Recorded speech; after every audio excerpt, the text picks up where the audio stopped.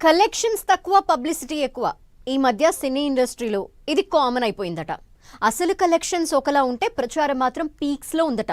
మాట్లాడితే pan India movie అని 1000 కోట్ల క్లబ్ అని ఊదర కొడుతున్నారట. అసలు ఈ కలెక్షన్స్ పిచ్చేంటి? ఎందుకు ఫేక్ కలెక్షన్స్ చూపిస్తున్నట్టు?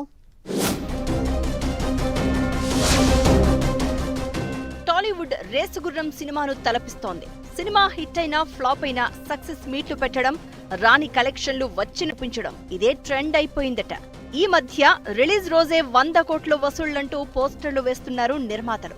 పెద్ద బ్యానర్, పెద్ద సినిమా అయితే చాలు కలెక్షన్స్ ఊహించని రేంజ్లో వచ్చాయంటూ ఊదరగొడుతున్నారట. కట్ చేస్తే ఆ సినిమా కలెక్ట్ చేస్తున్న డబ్బులు వాళ్లు చెప్తున్న దాంట్లో 20% కూడా ఉండడం లేదట.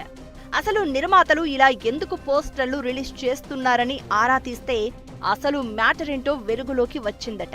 సినిమా హీరోను సాటిస్ఫై చేయడానికి, హీరో ఫ్యాన్స్ ను తృప్తి పరిచేందుకే అడ్డగోలుగా కలెక్షన్స్ వచ్చినట్లు పోస్టర్లు వేస్తున్నారట.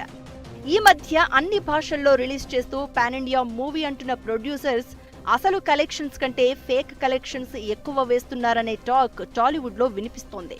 ఇటీవల ఓ కన్నడ సినిమాను పాన్ ఇండియా మూవీగా రిలీజ్ చేశారు మేకర్స్. పెయిడ్ ప్రీమియర్లు వేశారు, టికెట్ రేట్స్ కూడా పెంచుకున్నారు. కానీ సినిమా రిలీజ్ తర్వాత చాలా మంది పెదవి విరిచారు. పెద్దగా ఆకట్టుకోలేదనే కామెంట్స్ బాగానే వచ్చాయి.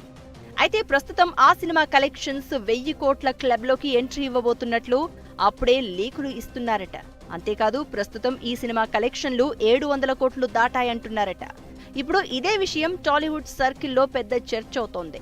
సినిమా రిలీజ్ రెండో రోజే థియేటర్లు ఖాళీలు, బుక్ మై షో మొత్తం గ్రీన్ గా కనిపించింది అంటున్నారు.